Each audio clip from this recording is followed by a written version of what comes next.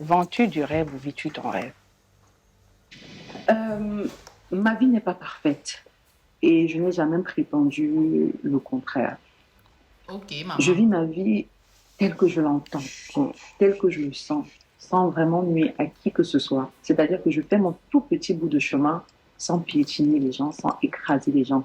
Maintenant, ce que je vis peut être pour quelqu'un un rêve. Parce que ça a été mon rêve aussi. Et je me suis donné les moyens de réaliser ce rêve-là qui est le mien.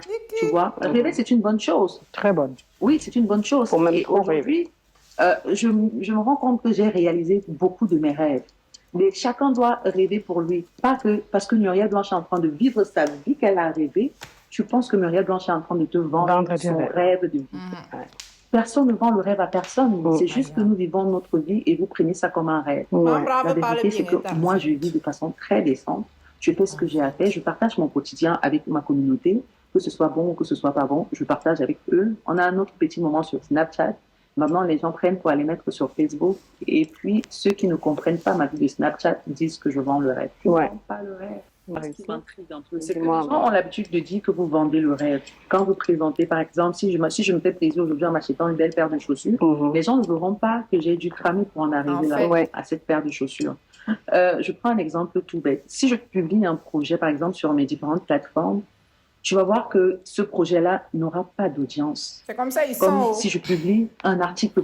C'est une remarque. Ouais. Donc, les gens, de la même façon que les gens disent qu'on vend le rêve, c'est de la même façon que les gens devaient dire qu'on vend le travail, on vend la motivation. Parce que sur mes pages, je fais des publications de motivation, je fais des publications où je suis en train de conseiller des jeunes, de faire des conférences dans des écoles, je présente mes différents projets, ça se voit. Mais ça ne captive pas l'attention des gens qui regardent. Les gens qui regardent avec les yeux de rêve. Ils attendent juste le jour où tu vas venir présenter une belle paire de chaussures. Mais parfois même, j'ai remarqué, parce que quand on veut faire ce métier, le minimum, c'est de l'apprendre. Et parfois, tu publies des backstage de tournage qui peuvent permettre à un futur caméraman de se dire « Ah ouais, c'est comme ça qu'on place la caméra », qui peuvent permettre à une future actrice de se dire « Ah ouais, c'est comme ça qu'on se tient pour que tel angle soit magnifique ». Mais au-delà de ça, on a l'attention sur ta mèche. Exactement. Ah oui, donc peut-être que... Sur ce que tu as sur le maquillage. Oui. On ne regarde pas. En fait, tu présentes la lune, mais les gens regardent tes épaules. Oui, mais c'est la société d'aujourd'hui qui fait ça. Donc, vous l'avez compris. Peut-être qu'il faut regarder avec des yeux d'ambitieux, mais surtout avec des yeux de battant. Et vous verrez dans le travail de chacun le vrai travail. Pas ce qui embellit le travail, mais la profondeur du travail. Tu le dis bien. Entre tes objectifs, des gens qui n'ont pas vécu ce que toi, tu as vécu, qui pensent des choses comme ça. Parce que pour quelqu'un qui travaille, qui bosse, et qui travaille dur, qui connaît les difficultés qu'on a pour réussir et qui finit par réussir.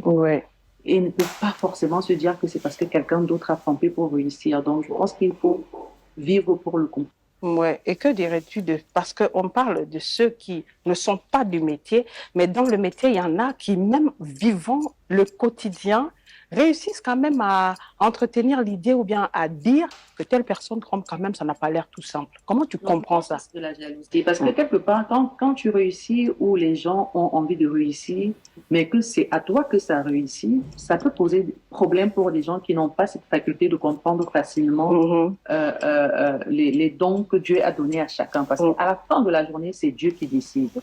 On peut travailler, on peut se démerder du mieux qu'on peut, mais tant que Dieu n'a pas décidé de poser la main dessus, ça ne marche pas. Ouais. Voilà, donc la lumière de ceux qui réussissent vient de Dieu et non des hommes. C'est vrai que les hommes aussi donnent des leurs pour y arriver, mais je pense toujours que c'est Dieu qui détient la clé de tout. En tout cas, je vais vous faire un petit résumé des autres questions qu'on lui a posées, que j'ai oublié de capturer. On lui a demandé si on gagne, si on fait non, si on tchoukou là pour donner les rôles aux gens. Elle a dit que bon, elle, tous les rôles qu'elle a eu au cinéma jusqu'ici, c'était par mérite.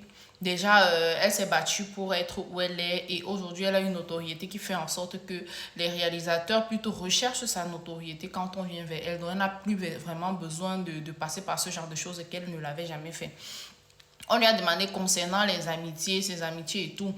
Elle a dit que à son âge et à l'heure d'aujourd'hui, l'amitié pour elle n'est plus vraiment une priorité. Et elle a tout à fait raison, à mon avis. On lui a aussi demandé comment ça se passait avec son mari. Elle a dit très bien, elle dit qu'en réalité, au départ, son mari et elle ne voulaient pas rendre leur relation publique, sauf que la nature et le fait, leurs deux statuts a fait en sorte que c'était des personnes connues et que ça ne pouvait pas rester caché très longtemps. Ils ont dû afficher. On a demandé comment est-ce qu'ils vivent leurs problèmes, leur vie de couple, comment ça se passe en tant qu'épouse et tout. Elle a dit que ça se passait très bien. Elle n'est pas parfaite, il n'est pas parfait non plus, mais il y a beaucoup de communication entre eux, ce qui fait en sorte que, eux, ils ont décidé de ne pas dormir avec les problèmes, donc peu importe ce qui se passe pendant la journée, le soir, on fait table rase, on en discute, on trouve une solution avant d'aller au lit. Elle dit qu'elle est une femme très heureuse, on lui a demandé 55, si elle fait le 55, elle a dit que si elle dit qu'elle fait 55, c'est qu'elle est malhonnête. On dit que 90 disait, ça veut dire que c'est 99,9 et elle c'est 1%. En tout cas, elle est traitée comme la princesse. On dit que, on te traite comme une princesse à la fin. Ça veut dire que c'est la princesse de l'histoire. Même prier, Seigneur. Donc, j'ai beaucoup apprécié l'émission. La seule chose que je n'ai pas appréciée, c'est le fait que Mme Brave fasse une émission sans éclater de rire avec ses dents-là. Mme Brave, quand tu ne ris pas, on n'est pas trop d'accord. Tu es trop mature. C'est pas madame, monsieur. C'est pas madame, monsieur. Fallait rire un peu. Nous, on aime quand de temps en temps, tu éclates un rire bête là. Ça nous plaît. Bon, Tatiana, ton émission est magnifique. Ça se voit qu'il y a beaucoup de recherches au niveau des montages et tout. À chaque fois qu'il y avait l'énoncé de quelque chose, on voyait les images, même si c'était des images qui dataient de 5 ans, 6 ans, 7 ans en arrière. On montrait les images. Ça veut dire que le monteur a fait du bon travail également. Si je faisais partie si je pouvais apporter c'est même pas quelque chose de très important et j'aurais quand même dit que ce serait bien d'avoir une bande originale pour ton émission. Pourquoi? Parce que quand on écoute l'émission, si c'était pas Muriel Blanche et le fait qu'on soit déjà fan d'elle et que l'histoire qu'elle racontait soit assez intéressante, on aurait pu se lasser. C'est plat.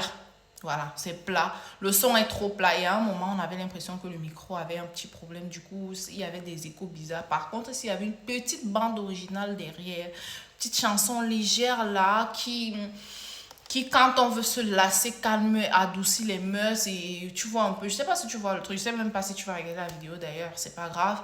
Et j'ai un peu trouvé ça dommage que Tatiana, c'est quand même toi, ça fait combien d'années que tu es dans le média, que tu mettes des boucles qui sont là,